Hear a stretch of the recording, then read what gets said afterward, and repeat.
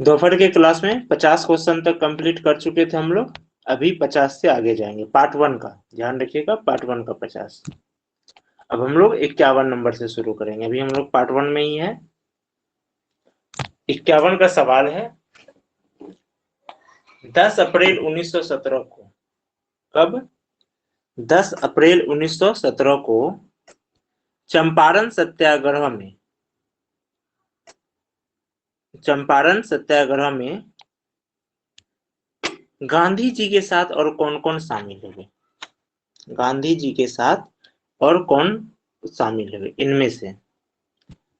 पहला है बाल गंगाधर तिलक, दूसरा है सुभाष चंद्र बोस, तीसरा राजेंद्र प्रसाद, चौथा इसका घ नंबर इसमें एब्सेंट है, सीधा अंगो आ गया। इनमें से कोई नहीं या एक से अधिक। तो चार जो एब्सेंट है उसको छोड़ दे, ऐसे अंदाजा लगा करके भी बोलना गलत है। तो अब तीनों में से कौन? 10 अप्रैल 1917 को चंपारण सत्याग्रह में गांधी जी के साथ और कौन शामिल हुए इन तीनों में से? या फिर कोई नहीं हुए? बाल गंगाधर तिलक, सुभाष चंद्र बोस, राजेंद्र प्रसाद, चौथा विकल्प इससे गायब है, मतलब कि टाइपिंग में छोड़ दिया गया है। पांचवा इनमें से कोई नहीं या एक से अधिक। आप लोग पहले जवाब दीजिए, फिर आगे जवाब दीजिए। एक स्टूडेंट दिए है बी, एक स्टूडेंट दिए हैं, एक ही दिए अभी तक।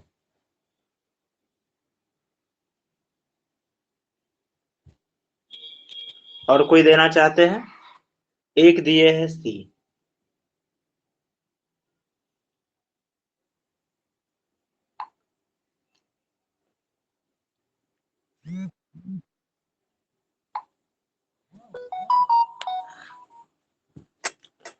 सी इसका सही जवाब है। ग नंबर राजेंद्र प्रसाद शामिल हुए थे चंपारण सत्याग्रह में 10 अप्रैल 1917 को। चंपारण सत्याग्रह का विस्तार पूर्वक नोट्स आपको मॉडर्न हिस्ट्री पीटी फैक्ट्स में मिल जाएंगे, जो कि टेलीग्राम चैनल में भी मिलेंगे और वेबसाइट में भी मिलेंगे। तो वहां आप लोग अच्छे से पढ़ लीजिएगा कि चंपारण सत्याग्रह का कब हुआ था, कारण क्या था, और कौन कौन शामिल हुए थे, और बिहार की तरफ से कौन कौन नेता शामिल हुए थे। ये सारा डिटेल वहां मिल जाएगा। अब 52 नंबर का सवाल चलते हैं। 52 नंबर का सवाल है 52 का, भारतीय राष्ट्रीय कांग्रेस का लाहौर अधिवेशन का अध्यक्ष कौन था? लाहौर अधिवेशन, पहला है पंडित जवाहरलाल नेहरू, दूसरा राजेंद्र प्रसाद, तीसरा लाला लाजपत राय, चौथा पंडित मोतीलाल नेहरू, पांचवा इनमें से कोई नहीं या एक से अधिक। ठीक, तो अब बताइए इनमें से कौन सा था लाहौर अधिवेशन का अध्यक्ष? पंडित जवाहरलाल नेहरू, राजेंद्र प्रसाद, लाला लाजपत राय या पंडित मोतीलाल नेहरू, इनमें से कोई नहीं या एक से अधिक। एक स्टूडेंट जवाब दिए पंडित जवाहरलाल नेहरू, बाकी कोई?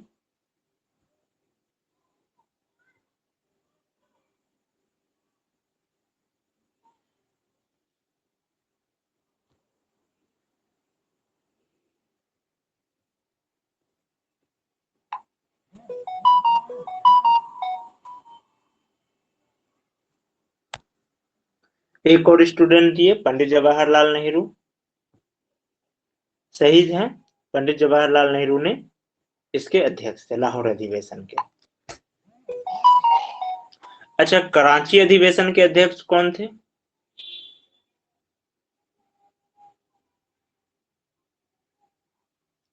लाहौर का तो हो गया, कराची अधिवेशन का कौन था उसमें अध्यक्ष? कराची भी आ जाते हैं।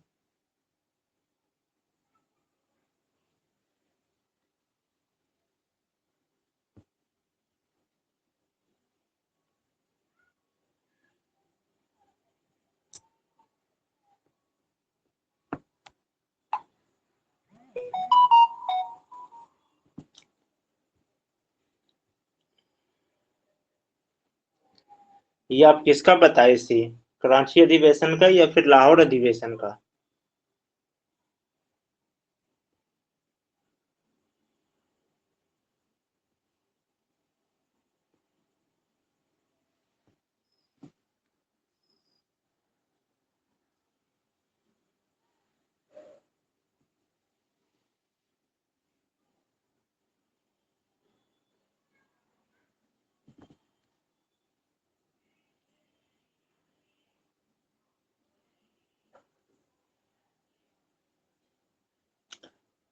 कराची अधिवेशन हुआ कब था?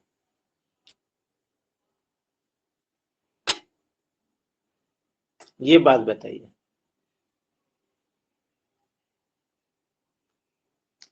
कराची अधिवेशन किस वर्ष हुई थी? कराची अधिवेशन कब हुआ था?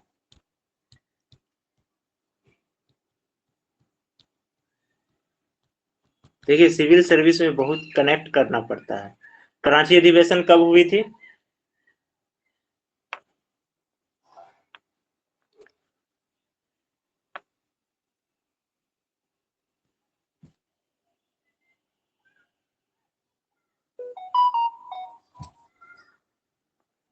नाइनटीन 1931। ठीक। आपको पता है, जब साइमन आए थे, साइमन कमीशन आए थे, कब आए थे? 1927। उसी के विरोध में क्या हुआ था? लाला लाजपत राय को पीट पीट के हत्या कर दिया गया था।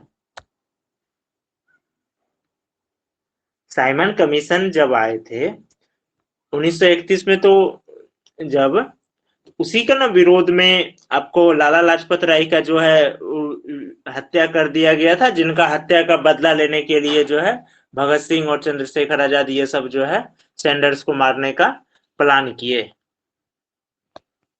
तो जिनका 27 में ही जिनकी मृत्यु हो गई, वो 31 में कैसे अधिवेशन करेगा?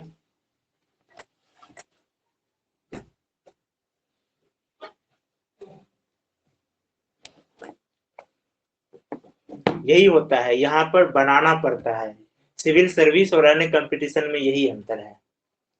यहाँ पर आपको हर एक चीज याद नहीं रख सकते हैं, कुछ चीजें आपको तर्क से याद रखना होगा, यानी आपको रटने की जरूरत नहीं है, तर्क करने की जरूरत है। कराची अधिवेशन भारत के इतिहास में जो कि एक महत्वपूर्ण घटना थी, क्योंकि ये सरदार वल्लभ भाई पटेल की अध्यक्षता में एकमात्र कांग्रेस सत्र था। और इसी अधिवेशन में गांधी इरविन समझौता का क्या किया गया? समर्थन किया गया और कांग्रेस को सरकार के साथ समान स्तर पर बात करने का क्या मिला? तो अवसर मिला। यही वजह है कि इसको एक महत्वपूर्ण घटना मानी जाती है, समझे? और इसके पश्चात ही क्या हुआ? कराची का कांग्रेस अधिवेशन का राष्ट्रीय आंदोलन की दिशा में और भारतीय समाज के राजनीतिक और सामाजिक विकास पर काफी दीर्घकालीन प्रभाव पड़ा। खासकर भगत सिंह, सुखदेव और राजगुरु की शहादत का इस अधिवेशन पर गहरा प्रभाव था, क्योंकि इन लोगों ने समतावादी और समाजवादी विचार वाले समाज की स्थापना का स्वप्न देखा। देखिए, जो समाजवादी विचार धारा, जो हम लोग समतावादी और समाजवादी की अगर बात हो तो ज्यादातर हमारे दिमाग में आता है नेहरू, गांधी, लेकिन वास्तव में क्या है? वास्तव में है कि इसका जो है सब स्वप्न, इसकी कल्पना भगत सिंह बहुत पहले कर चुके थे। और इसी अधिवेशन में मौलिक अधिकारों से संबंध प्रस्ताव को अपनाया गया था। किसमें? कराची अधिवेशन में ही। जो आर्टिकल हम लोग 15 और 16 पढ़ते हैं, जिसमें धर्म, जाति, लिंग के आधार पर इतर सभी को कानून के समक्ष समानता का अधिकार का प्रावधान है, वह इसी अधिवेशन में किया गया था। इसी अधिवेशन में कांग्रेस अपनाया था। इस वजह से ये अधिवेशन बहुत महत्वपूर्ण माना जाता है और इसमें राष्ट्रीय आर्थिक कार्यक्रमों से संबंध भी बहुत से प्रस्ताव रखे गए थे, जैसे कि किसानों को ऋण से राहत देना, सूदखोरों के शोषण से बचाने का प्रावधान, ये सब जो है इस अधिवेशन में किया गया था। और कांग्रेस ने पहली बार पूर्ण स्वराज को परिभाषित किया। ध्यान, यहां हम कह रहे परिभाषित किया, घोषणा नहीं किया। घोषणा तो पहले ही हो चुके थे, नेहरू जी ही कर दिए थे, लेकिन यहाँ पर उसको परिभाषित किया कि आखिर पूर्ण स्वराज होगा कैसा, क्या है पूर्ण स्वराज। इसी वजह से कराची अधिवेशन सबसे महत्वपूर्ण माना जाता है। और इसमें याद रखिएगा, एकमात्र ये अधिवेशन है जिसको कि सरदार वल्लभ भाई पटेल अध्यक्षता किए थे।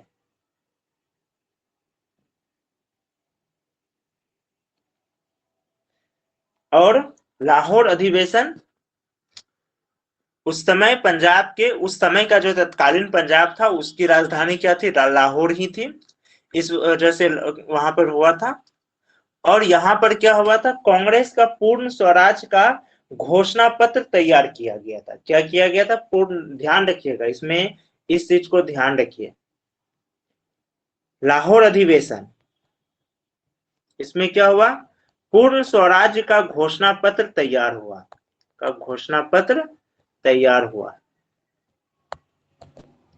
यानी कि लक्ष्य रखा, इसका मतलब हुआ लक्ष्य रखा।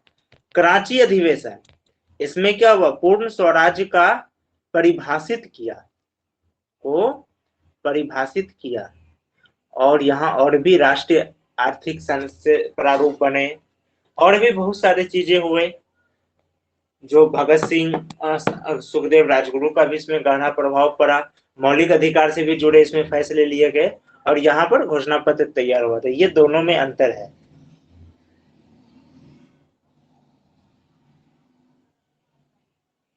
अच्छा, लाहौर अधिवेशन कब हुआ था,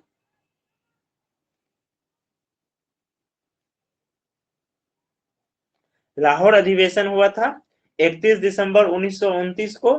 और ये खास क्यों है, क्योंकि इसी सम्मेलन में नेहरू रिपोर्ट, नेहरू रिपोर्ट कौन तैयार किए थे, मोतीलाल नेहरू या जवाहरलाल नेहरू, कौन तैयार किए हैं, तो नेहरू रिपोर्ट मोतीलाल नेहरू तैयार किए थे। तो ध्यान रखिएगा, इसमें क्या है, नेहरू रिपोर्ट को पूरी तरह से निरस्त किया, नेहरू रिपोर्ट को पूरी तरह से निरस्त कर दिया, क्योंकि नेहरू रिपोर्ट में डोमिनियन स्टेट की बात की गई थी, तो उसको पूरी तरह से निरस्त कर दिया। और पंडित जवाहरलाल नेहरू ने अपने अध्यक्षीय भाषण में कहा कि आज से क्या है, हमारा एक ही लक्ष्य है, स्वाधीनता का लक्ष्य। और स्वाधीनता का मतलब क्या है, ब्रिटिश साम्राज्यवाद से पूर्ण रूप से स्वतंत्रता। और ये भी कहा कि हम लोग राजाओं, नरेशों या उस व्यवस्था में कोई विश्वास नहीं है जो आधुनिक औद्योगिक सम्राट उत्पन्न करती है। और इसी में क्या किया गया था, 31 दिसंबर 1929 को ही रात को 12 बजे जवाहरलाल नेहरू ने रावी नदी के तट पर अपना जन समूह के मध्य नवगृहित तिरंगे झंडे को फहराया। और 26 जनवरी 1930 को प्रथम स्वाधीनता दिवस मनाने का निश्चय किया, जिसके बाद क्या हुआ, 26 जनवरी 1930 को ही बाद में हम लोग गणतंत्र दिवस, यही 26 जनवरी को हम लोग गणतंत्र दिवस के रूप में अपनाए। तो ये लाहौर और कराची से ये सब महत्वपूर्ण पॉइंट है जिससे कि क्वेश्चन आ जाते हैं। जैसे कि कराची अधिवेशन का कौन किए थे, तो ध्यान में है एकदम, ये नोट कर लीजिएगा कि एक ही मात्र ये अधिवेशन है जिसको सरदार वल्लभ भाई पटेल जो है अध्यक्षता किए थे। और कराची अधिवेशन और लाहौर अधिवेशन में क्या अंतर है, पूर्ण स्वराज में यहाँ घोषणा पत्र तैयार हुआ, यहाँ पर पूर्ण स्वराज को परिभाषित किया गया। साथ में कराची में अधिवेशन में मौलिक अधिकार का भी प्रस्ताव पास हुआ। मौलिक अधिकार से यहाँ संबंध है भेदभाव, जो धर्म, जाति, लिंग आदि आधार पर जो भेदभाव था उसके विरुद्ध में प्रस्ताव पास हुआ। ठीक है, अब हम लोग आगे का सवाल में चलते हैं, आगे का सवाल चलते हैं। यहां तक क्लियर है, कोई क्वेश्चन इसमें?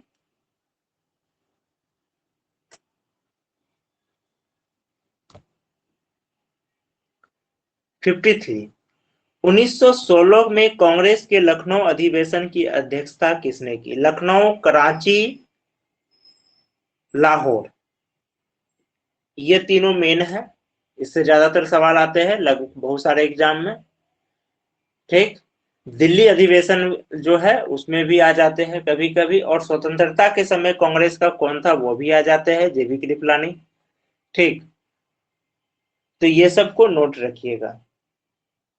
तो 1916 में कांग्रेस के लखनऊ अधिवेशन की अध्यक्षता किसने की, सवाल है। कांग्रेस के लखनऊ अधिवेशन की बात किया जा रहा है। पहला है रास बिहारी बोस, दूसरा है अंबिका चरण मजूमदार, तीसरा है भूपेंद्र नाथ बोस, चौथा है महात्मा गांधी, पांचवा इनमें से कोई नहीं या एक से अधिक। अब आप लोग बताइए। एक स्टूडेंट जवाब दिए है ख नंबर अंबिका चरण मजूमदार, बाकी कोई?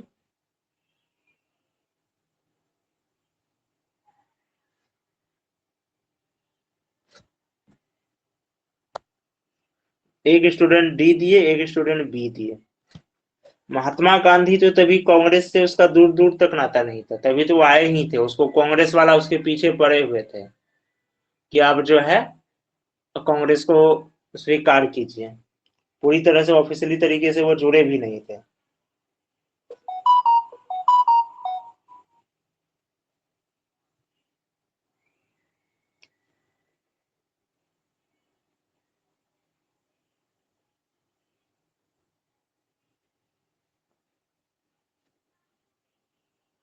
इसका सही जवाब है बी नंबर।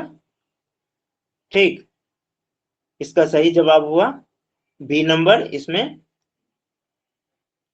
1916 में जो 19 हुए थे, इसमें कौन किए थे? अंबिका चरण मजूमदार।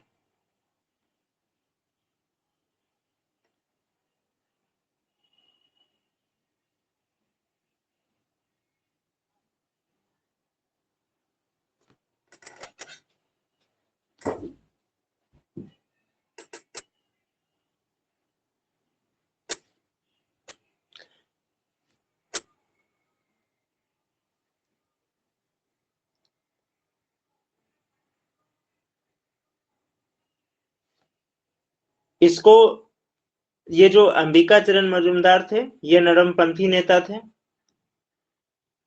और इसमें क्या था, गरमपंथियों का कांग्रेस में फिर से शामिल हुए क्योंकि सूरत अधिवेशन में अलग हो गए थे। साथ में यहाँ पर मुस्लिम लीग के साथ समझौता किया गया। मुस्लिम लीग के साथ समझौता किया गया। तो इस अधिवेशन का दो खासियत है, गरमपंथियों का फिर से कांग्रेस में शामिल होना, यानी गरमपंथियों के साथ आ जाना। उसके बाद दूसरा, मुस्लिम लीग के साथ समझौता होना।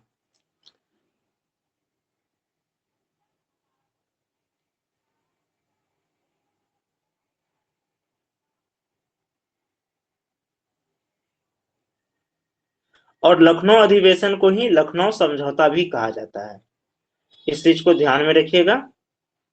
लखनऊ अधिवेशन को लखनऊ समझौता कहा जाता है। ठीक है।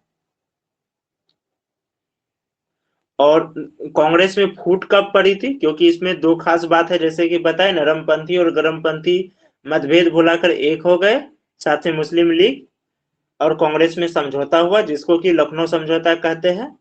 तो अब सवाल है कि गरमपंथी और नरमपंथी अलग कब हुए थे? तो सूरत अधिवेशन में अलग हो गए थे। और सूरत अधिवेशन कब हुआ था? सूरत अधिवेशन कब हुआ था? 1907 में। यह सवाल आ जाता है कि किस अधिवेशन में गरमपंथी और नरमपंथी अलग हो गए थे? सूरत अधिवेशन में। कौन सा ईस्वी में? 1907 ईस्वी में। इसको ध्यान में रखिएगा, ये दोनों सवाल भी इनसे जुड़ा हुआ है जो कि आ जाते हैं।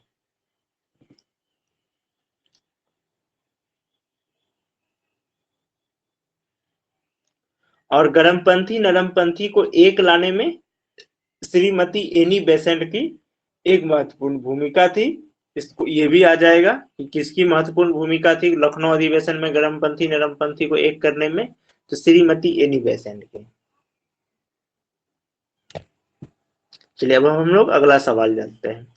1940 के व्यक्तिगत सत्याग्रह के लिए गांधी जी ने किसे चुना था? विनोबा भावे, पहला विकल्प विनोबा भावे, दूसरा जवाहरलाल नेहरू, तीसरा लाल बहादुर शास्त्री, चौथा एस सत्यमूर्ति, पांचवा इनमें से कोई नहीं या एक से अधिक। आप लोग पहले बताइए, फिर इसका जवाब दे रहे हैं।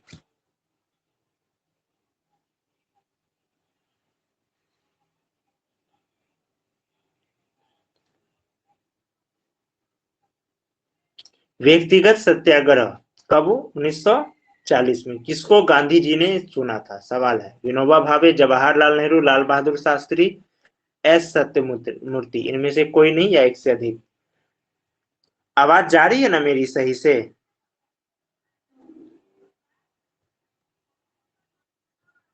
एक स्टूडेंट जवाब दिए हैं ए, विनोबा भावे।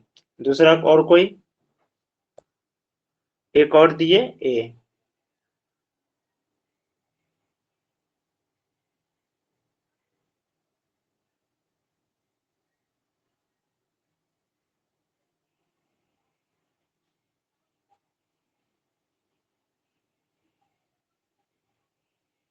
सही जवाब है इसका ए, विनोबा भावे। ये किसके खिलाफ हुआ था? असल में भारत को द्वितीय विश्व युद्ध में सम्मिलित करने की बात हुई थी। तो उसके बाद जो है गांधी जी ने कहा ब्रिटिश सरकार की युद्ध नीति का विरोध करने के लिए हम लोग अहिंसात्मक व्यक्तिगत सत्याग्रह आरंभ करेंगे। इसमें क्या होता था, गांधी जी के द्वारा चुना हुआ सत्याग्रही पूर्व निर्धारित स्थान पर क्या होगा, भाषण देकर के गिरफ्तारी देता था। और भाषण से पूर्व वो क्या करते थे, सत्याग्रही अपने सत्याग्रह की सूचना जिला मजिस्ट्रेट को भी दे देता था, जिला मजिस्ट्रेट को भी देता था। पहले सत्याग्रही क्या थे, विनोबा भावे थे। पहले सत्याग्रही विनोबा भावे थे तथा दूसरे सत्याग्रही कौन थे, ये भी सवाल आ सकता है कि दूसरा सत्याग्रही कौन थे। तो कौन थे दूसरे सत्याग्रही, आप लोग बताइए। तो इन्हीं चारों में से कोई थे, आप बताइए दूसरा सत्याग्रही कौन थे इन्हीं चारों में से।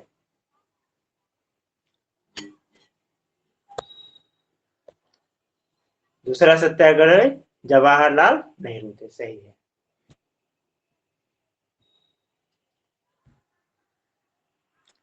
ठीक है, अब हम लोग अगला सवाल चलते हैं। प्रत्यक्ष कार्यवाही दिवस 16 अगस्त 1946 को किसके द्वारा मनाया गया। प्रत्यक्ष कार्यवाही दिवस 16 अगस्त 1946 को किसके द्वारा मनाया गया। पहला विकल्प है मुस्लिम लीग, दूसरा क्रिश्चियन लीग, तीसरा सिख लीग, चौथा हिंदू लीग, पांचवा इनमें से कोई नहीं या एक से अधिक। दो स्टूडेंट जवाब दिए हैं ए। और कोई देना चाहते हैं जवाब।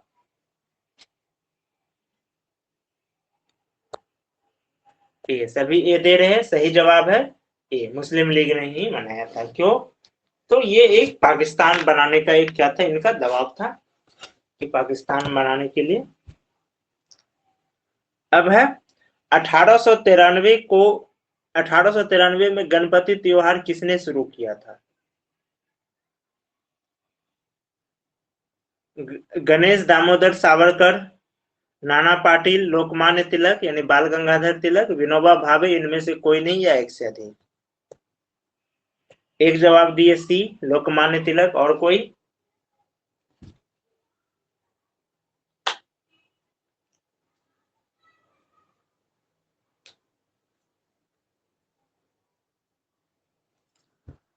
और कोई इसका जवाब देंगे।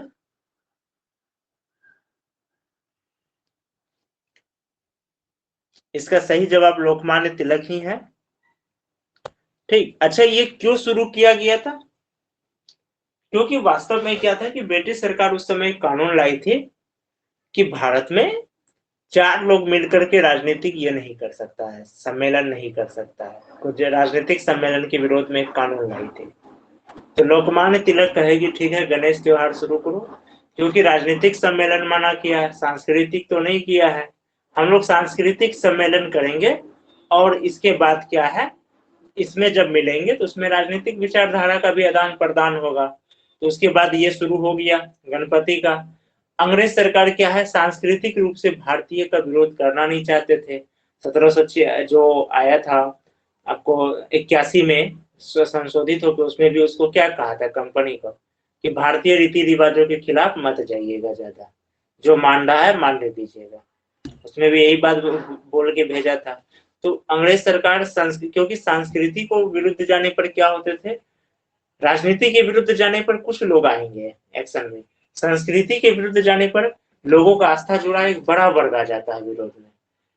और इसी तर्ज पर क्या किया गया, बंगाल में दुर्गा पूजा का उत्सव शुरू हुआ, जो कि आज भी चल रहा है ये परंपरा।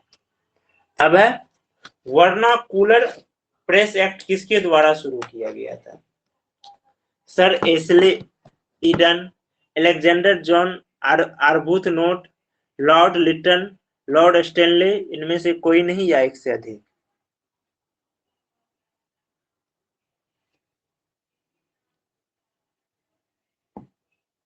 आप लोग बताइए पहले।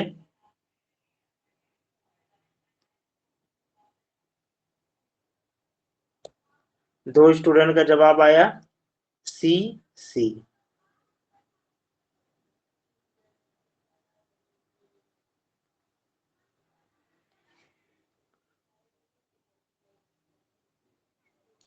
इसको हिंदी में, ये वर्नाकुलर प्रेस एक्ट को हिंदी में क्या कहते हैं, ध्यान रखिएगा, देसी प्रेस अधिनियम, क्या कहते हैं?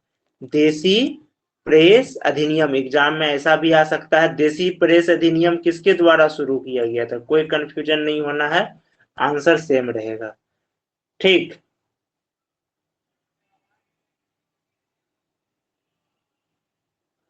और इसका सही जवाब हो जाएगा लॉर्ड लिटन, यानी कि गौ नंबर।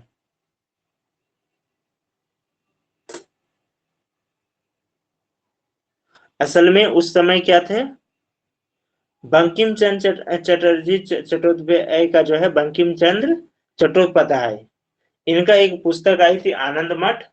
आनंद मठ का वंदे मातरम आया, जो क्या हुआ, ब्रिटिश सरकार को लिए क्या हुआ, कोप का कारण बना। इसके लिए ब्रिटिश सरकार क्या किए, मुसलमानों को उकसा करके आनंद मठ की बहुत सारी प्रतियां जला दिया। ये रमेश चंद्र दत्त के अनुसार, उनके अनुसार ब्रिटिश सरकार ने मुसलमानों को उकसाया कि ये जो है आनंद मठ में जो वंदे मातरम है, ये क्या कह रहा है, ये खिलाफ है, संस्कृत में ही ये तुम्हारे खिलाफ है, मूर्ति पूजा का है। तो इसको उकसा करके क्या किया गया, इसको ढेरों प्रतियां जला दिया। इसी के लिए ये लाया गया था। इसका मतलब उद्देश्य क्या था, भारतीय पत्र भाषाओं के पत्र पत्रिकाओं पर कड़ा नियंत्रण रखा जा सके। ठीक, और ये बहुत ज्यादा बदनाम हुआ। इंग्लैंड में सत्ता परिवर्तन के बाद 1878 में लॉर्ड रिपन ने क्या किया, इसको रद्द कर दिया। इसको रद्द कर दिया। ये भी क्वेश्चन आ जाएगा, किसने रद्द किया, तो रिपन। किसने लाया, लिटन। और 1867 वाले पुराने कानून को ही जारी रखा था। अच्छा, ये लाया कब था, तो 1878 में। लाया कब था, 1878 में। ठीक है, 57 नंबर हो गया।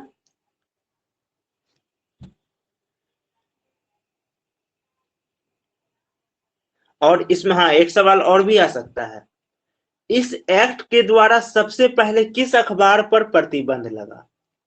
सबसे पहले किस अखबार पर प्रतिबंध लगा था, तो सोम प्रकाश।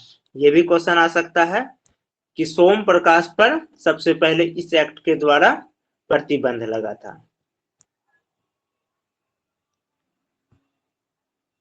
ठीक है, अब हम लोग आगे चलते। एक चीज और बता देते हैं, ये जो अभी हम बताए कि आनंद मठ का वंदे मातरम आया, जिसको कि ब्रिटिश शासकों के लिए कोप का कारण बना और मुसलमानों को उकसाकर आनंद मठ की ढेरों प्रतियां जला दी गई। ये किसके द्वारा है ये बात, ये एनसाइक्लोपीडिया ब्रिटानिका रमेश चंद्र दत्त, इनका द्वारा है। भारत सरकार की ओर से इसका कोई डिटेल नहीं है। ठीक, ये ब्रिटिश सरकार के ही तरफ से कहा गया है कि उन्होंने जलाया। अब अंग्रेज जलाया या वह जलाया, इसका कोई ये नहीं है, ये उनके द्वारा ही कहा गया है।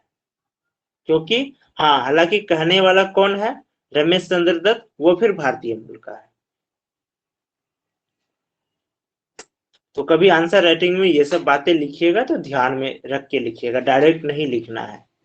नहीं तो क्या होगा कि आपको एक सांप्रदायिक विचारधारा का समझा जाएगा कि एक सांप्रदायिक विचारधारा का। इसलिए ऐसी बातें जब भी लिखे तो बहुत ही क्लैरिटी के साथ लिखना, नहीं तो लिखना ही नहीं है जब तक आपके पास स्पष्ट प्रमाण ना हो। क्योंकि ये क्या है, दो बड़ी आबादी के बीच का मामला है, और वो भी वो दो बड़ी आबादी जिनके बीच क्या है, बहुत ही तनाव युक्त स्थिति बनी रहती है देश में। दंगे, इनका क्या है, इनके बीच दंगा काफी हो चुके हैं। तो इस वजह से ऐसे मामले जब आते हैं तो वहां पर बहुत ही ध्यान से, सेंसिटिविटी के साथ लिखना है। ऐसे नहीं कि कुछ भी लिख दिए, आपको बहुत ही ध्यान से रखना है। इंटरव्यू में भी, जब इंटरव्यू में इस प्रकार का भी सवाल आए और ऐसा बोलना पड़े तो बहुत ध्यान से आपको बोलना है। ऐसा नहीं डायरेक्ट बोल दिया कि नहीं सर कहीं पढ़े थे, नहीं, किन प्रमाण है कि हाँ इनके इनका ऐसा इनके अनुसार, दूसरे के हाँ इनके अनुसार ऐसा हुआ था। अब ये सत्य है या नहीं कहा नहीं जा सकता पूरी तरह से, क्योंकि इतिहास में ऐसी बहुत सारी बातें होती है जो सही नहीं होती है, लेकिन जिनके हाथ में सत्ता होती है वो उसको अपने हिसाब से घुमा फिरा करके उसको सही साबित कर सकता है। इसको प्रमाण के तौर पे इतिहास का क्या महत्व है और इतिहास और सत्ता का क्या रिश्ता है, इसको एक महाभारत का एक वृत्तांत से समझ सकते हैं कि जब इसको युधिष्ठिर झूठ बोला था और द्रोणाचार्य को हथियार अस्त्र छोड़ दिए, जिसके बाद क्या हुआ, उसकी हत्या कर दी गई। तो युधिष्ठिर गए भीष्म पितामह के पास और माफी मांगे कि आज हमने झूठ बोला, मुझसे ये गलती हुई है कि मैंने झूठ बोला। तो भीष्म पितामह पूछे कि युद्ध जितना इतना जरूरी है कि जो धर्म राज, जो दुनिया का सबसे बड़ा, विश्व का सबसे बड़ा धर्मात्मा है, वो भी झूठ बोला। तो श्री कृष्ण बोला, सवाल यहाँ ये नहीं है कि युधिष्ठिर धर्मात्मा है या क्या है, और ये लड़ाई युधिष्ठिर को धर्मात्मा बनाने के लिए नहीं हो रहा है, युद्ध हो रहा है धर्म और अधर्म के लिए। और यदि द्रोणाचार्य जीवित रहेंगे तो उनको हराया ही नहीं जा सकता है।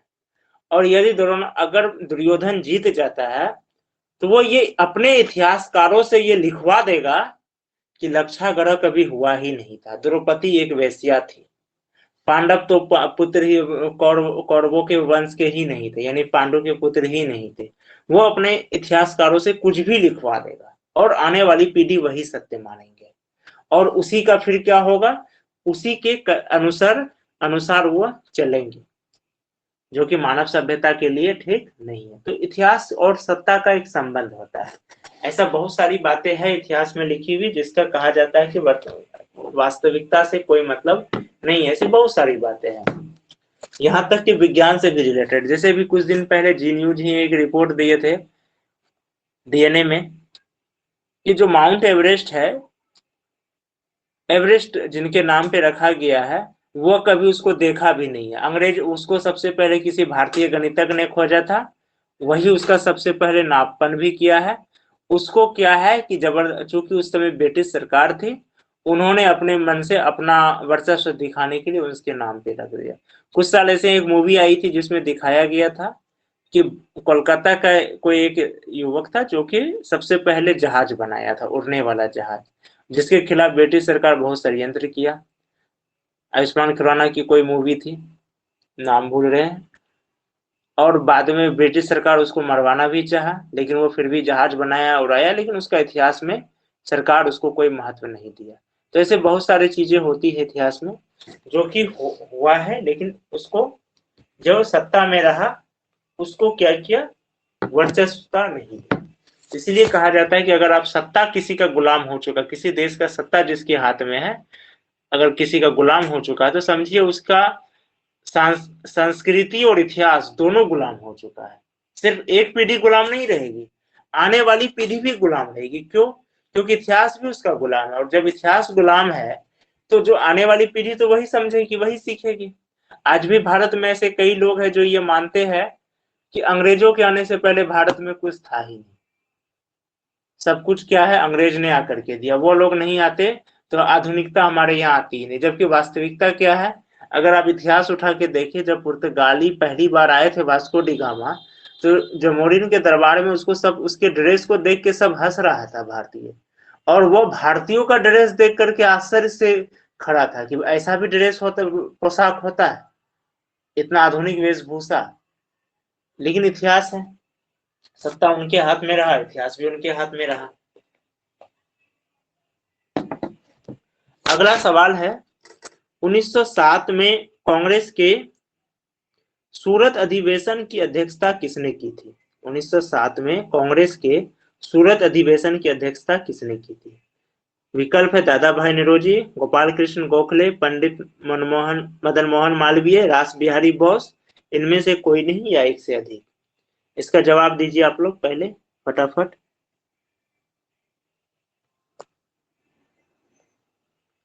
एक स्टूडेंट जवाब दिए है डी, सही जवाब है रास बिहारी बोस। एक ए दिए है दादा भाई नौरोजी, वो नहीं है, रास बिहारी बोस ने किए थे। ठीक है, अब हम लोग अगला सवाल चलते हैं। मद्रास लेबर यूनियन की स्थापना किसने की थी? मद्रास लेबर यूनियन, सवाल को ध्यान में रखिएगा, मद्रास लेबर यूनियन की स्थापना किसने की थी?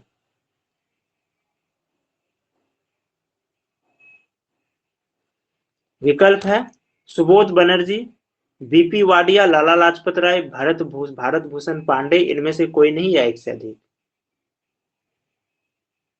अब आप लोग बताइए। सुबोध बनर्जी, बीपी वाडिया, लाला लाजपत राय, भारत भूषण पांडे। एक बी बोले हैं, दो बी बोले हैं, बी सही जवाब है, बीपी वाडिया। तीनों बी बोले हैं, बीपी वाडिया इसका सही जवाब है। ठीक, अब हम लोग अगला सवाल चलते हैं। भारत का पहला पंजीकृत ट्रेड यूनियन कौन सा था? हिंदू मजदूर सभा, भारतीय मजदूर संघ, मद्रास लेबर यूनियन या यूनाइटेड ट्रेड यूनियन कांग्रेस।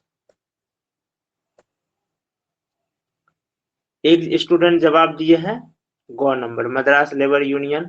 दूसरा भी गौ नंबर, यानी कि सी नंबर, गौ से मेरा तात्पर्य है। सही जवाब है मद्रास लेबर यूनियन ही भारत का पहला पंजीकृत ट्रेड यूनियन था। ठीक, इसकी स्थापना कब हुई थी? 1918 में। और किन्होंने किए थे? बीपी वाडिया ने। किसके साथ मिलके? वी कल्याण सुंदरम, वी कल्याण सुंदरम के साथ मिलके, कल्याण सुंदरम इसके साथ मिलके 1918 में बीपी वाडिया ने इसकी स्थापना की थी, और यही भारत का पहला पंजीकृत ट्रेड यूनियन है। ठीक है, इसी के साथ भाग 1 जो है 60 नंबर के साथ ही समाप्त हो चुका है। भाग 1 के सारे क्वेश्चन।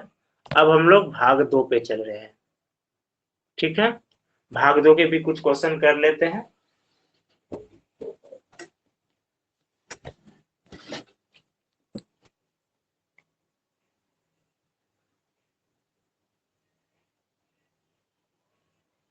भाग 2 का पहला सवाल है, अप्रैल 1917 में चंपारण सत्याग्रह में गांधी जी के साथ कौन शामिल हुए? ये सवाल पहले भी हो चुका है। ठीक, इसका विकल्प है बाल गंगाधर तिलक, सुभाष चंद्र बोस, राजेंद्र प्रसाद, सरदार वल्लभ भाई पटेल, इनमें से कोई नहीं या एक से अधिक।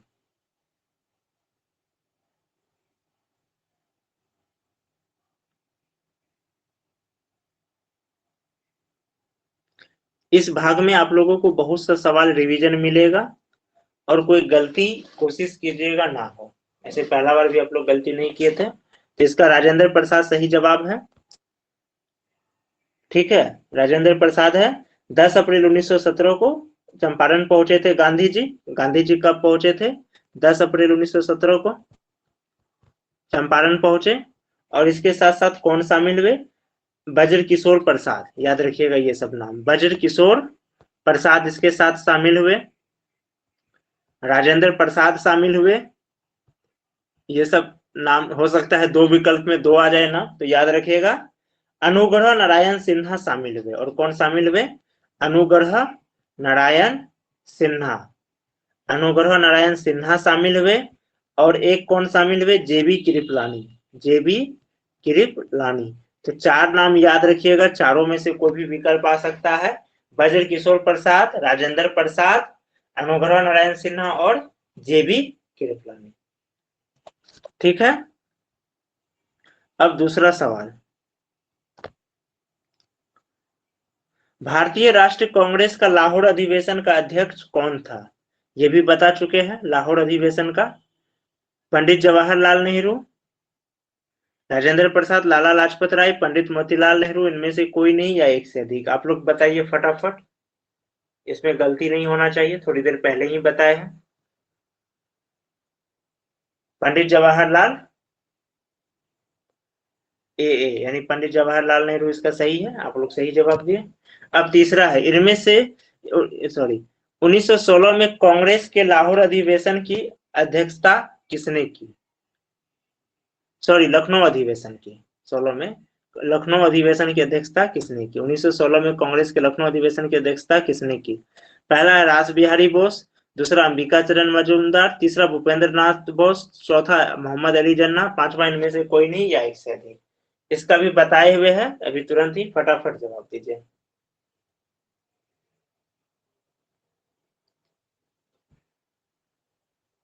एक स्टूडेंट बोले बी, दूसरा भी बी। बी इसका सही जवाब है, अंबिका चरण मजूमदार। बताया हुआ फिर भी आप लोग काफी लेट से आंसर दे रहे हैं। चौथा, 1940 के व्यक्तिगत सत्याग्रह के लिए गांधी जी ने किसे चुना था? विनोबा भावे, जवाहरलाल नेहरू, लाल बहादुर शास्त्री, एस सत्यमूर्ति, इनमें से कोई नहीं या एक से अधिक?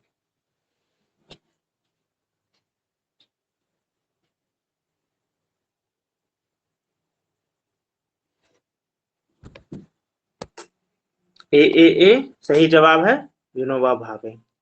पांचवा सवाल है, प्रत्यक्ष कार्यवाही दिवस 16 अगस्त 1946 को किसके द्वारा मनाया गया? Muslim League, Christian League, Sikh League, Hindu League, इनमें से कोई नहीं है एक से अधिक? सभी बता रहे ए सही जवाब है, मुस्लिम लीग। ठीक है, अब 6 नंबर का सवाल, 1893 में गणपति त्योहार किसने शुरू किया था? गणेश दामोदर सावरकर, नाना पाटिल, लोकमान्य तिलक, विनोबा भावे, इनमें से कोई नहीं या एक से अधिक? सी सभी बता रहे हैं, लोकमान्य तिलक। ठीक है, अब अगला सवाल, वर्नाकुलर प्रेस एक्ट को हिंदी में क्या कहते हैं? देसी प्रेस अधिनियम। कंफ्यूज नहीं होना है। किसके द्वारा शुरू किया गया? Sir Ashley Eden, Alexander John Arbuthnot, Lord Lytton, Lord Stanley.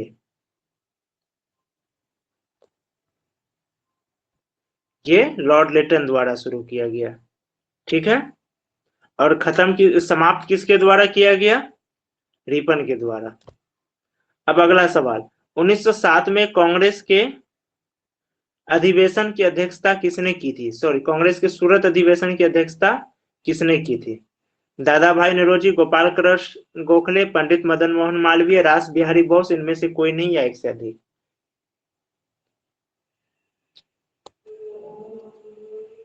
सी मदन मोहन मालवीय कब से करने लगे?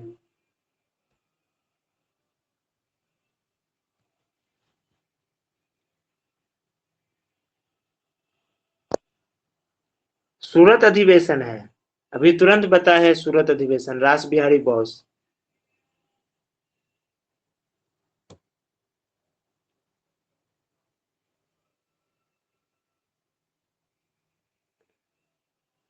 ये कैसा जवाब है? अच्छा, ये पुराना वाला जवाब दिए थे सी। चलिए ठीक है। 9, मद्रास लेबर यूनियन की स्थापना किसने की थी? सुबोध बनर्जी, वीपी वाडिया, लाला लाजपत राय, भारत भूषण पांडे, इनमें से कोई नहीं या एक से अधिक?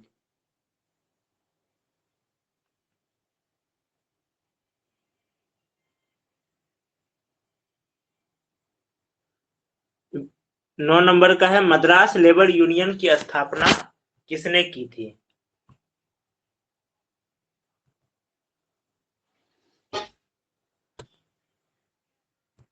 B VP Wadia.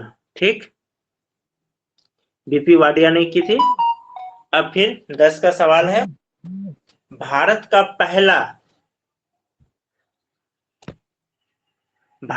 पहला पंजीकृत ट्रेड यूनियन कौन सा था? हिंदू महासभा, भारतीय मजदूर संघ, Madras labour union, United trade union Congress, इनमें से कोई नहीं है एक से अधिक?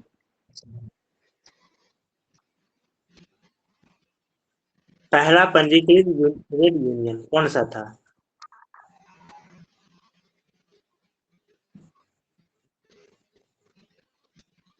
अभी तुरंत पता है, मद्रास लेबर यूनियन। फिर भी आप लोग चीनी का माइक ऑन है, कोई सवाल पूछना चाह रहे हैं तो पूछ सकते, नहीं तो माइक ऑफ कर लीजिए, आवाज आ रही है बैकग्राउंड से।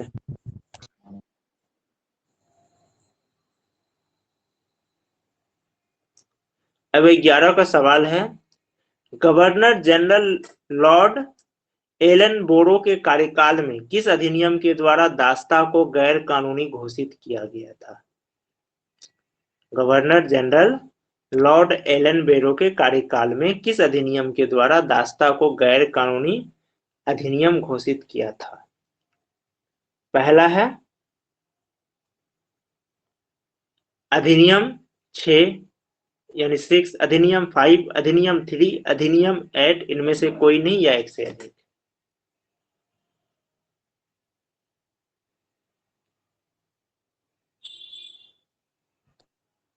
एक स्टूडेंट जवाब दिए है बी, बाकी कोई?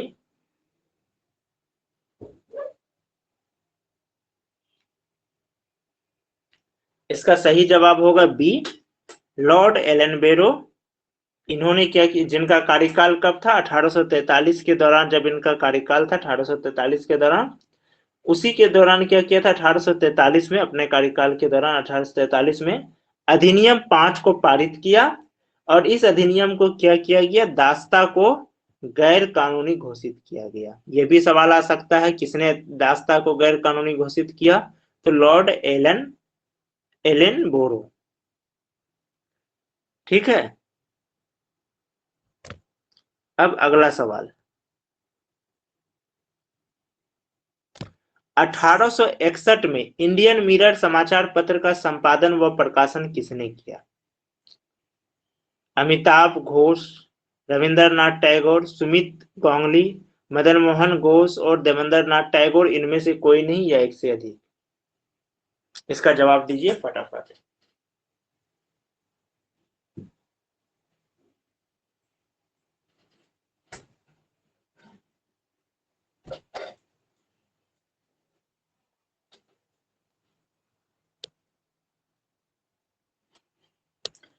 डी नंबर आप लोग दिए, सही जवाब है, मदन मोहन घोष और देवेंद्रनाथ टैगोर किए थे। कब किए थे? 1861 में। किस समाचार पत्र का? इंडियन मिरर का। ठीक है, अब हम लोग अगला सवाल चल रहे हैं, 13 नंबर का सवाल, राष्ट्रीय विकास परिषद की स्थापना कब की गई थी? राष्ट्रीय विकास परिषद की स्थापना कब की गई थी? पहला विकल्प 9 अगस्त 1960, दूसरा अगस्त 6 अगस्त 1952, तीसरा 15 सितंबर 1958, चौथा 20 अगस्त 1960, पांचवा इनमें से कोई नहीं या एक से अधिक?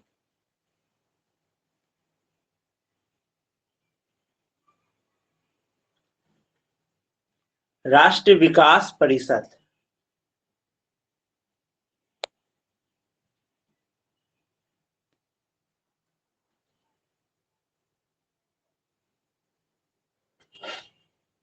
इसकी स्थापना 6 अगस्त, कौन जवाब दिए हैं? हाँ, भूपेश जी सही दिए हैं, 6 अगस्त 1952 को की गई थी। सही जवाब है। हिस्ट्री का क्वेश्चन है, लेकिन आजादी के बाद का है, 47 के बाद का है, तो आप लोग कंफ्यूज हो रहे थे, लेकिन यहाँ विकल्प भी सारा वही है, आजादी के बाद का ही। अगला सवाल है, इंडियन नेशनल एसोसिएशन की स्थापना कलकत्ता में किसने की थी? पहला विकल्प है द्वारकानाथ टैगोर, दूसरा सुरेंद्र नाथ बनर्जी, तीसरा प्रसन्ना कुमार टैगोर, चौथा देवेंद्र नाथ टैगोर, पांचवा इनमें से कोई नहीं या एक से अधिक? इंडियन नेशनल एसोसिएशन की स्थापना कहां? तो कलकत्ता में किसने की थी? एक स्टूडेंट जवाब दिए है बी, यानी कि सुरेंद्र नाथ बनर्जी, दूसरा भी बी दिए है, और बी सही जवाब है, सुरेंद्र नाथ बनर्जी ने ही इसकी स्थापना कलकत्ता में किए थे। कब किए थे? सॉरी, सुरेंद्र नाथ एक्चुअली टैगोर होगा, यहाँ बनर्जी दे दिया गया है, सुरेंद्र नाथ टैगोर होगा। कब किया गया था? 26 जुलाई 1876। 26 जुलाई 1876। किसके साथ मिलकर? आनंद मोहन बोस, आनंद मोहन बोस के साथ मिलकर किया था। और 1885 में फिर क्या हुआ? इस संगठन का विलय किसमें किया गया? कांग्रेस में कर दिया गया। इस संगठन का विलय कांग्रेस में कर दिया गया। कब? 1885 में, जबकि इसको बनाया गया।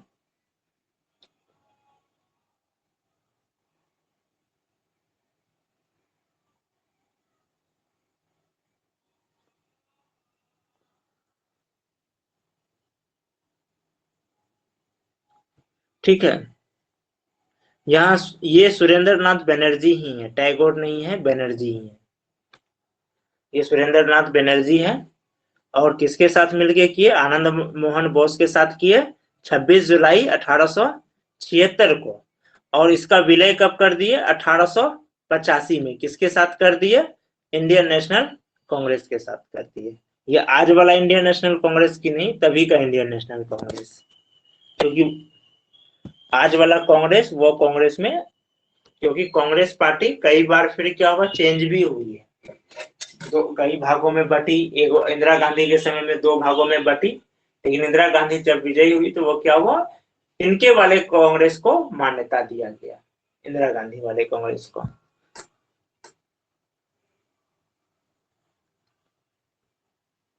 अब अगला सवाल है, राष्ट्रीय विकास परिषद की स्थापना कब की गई? इस पार्ट में रिपीटेड सवाल आपको ज्यादा मिलेंगे। वही विकल्प है, 9 अगस्त 1960, 6 अगस्त 1952, 15 सितंबर 1958, 29 अगस्त 1960, इनमें से कोई नहीं या एक से अधिक। जवाब इसका वही होगा, 6 अगस्त 1952।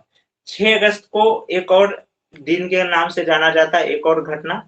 इसी दिन क्या हुआ था, हिरोशिमा में परमाणु बम गिराया गया था, और 9 अगस्त को नागासाकी में, लेकिन वो 1945 का, 1952 है। ठीक है, अगला सवाल है, आनंद मठ के लेखक कौन है? बंकिम चंद्र चटर्जी, रविंद्रनाथ टैगोर, राजा राम मोहन राय, बाल गंगाधर तिलक, इनमें से कोई नहीं या एक से अधिक। कौन है आनंद मठ के लेखक? ए बंकिम चंद्र चटर्जी। इसी के साथ क्या किया गया था, वंदे मातरम लगाया गया था, और इस वंदे मातरम के इतना ज्यादा चला था कि ब्रिटिश सरकार को क्या हुआ था, कानून बनाना पड़ा था कि जो भी इसको गाएगा उसको जेल भेज दिया जाएगा, लेकिन फिर भी लोग गाते गाते जेल जा रहे थे। फिर लास्ट में क्या हुआ, फूट डालो राज करो वाली नीति आए उनके। ऐसा माना जाता है कि उन लोगों ने मुसलमानों को उकसाया और उसकी प्रतियां जलाने लगा, लेकिन उसके बाद भी काफी छपा, और अंत में क्या हुआ, उसको वही वर्नाकुलर प्रेस एक्ट लाना पड़ा था। ठीक है, यहां तक आज करते हैं। इस पार्ट में 16 तक हो चुका है और 34 क्वेश्चन है। ठीक है, तो इसको अब आगे का जो है हम लोग हल करेंगे। यहां तक किन्हीं का कोई क्वेश्चन?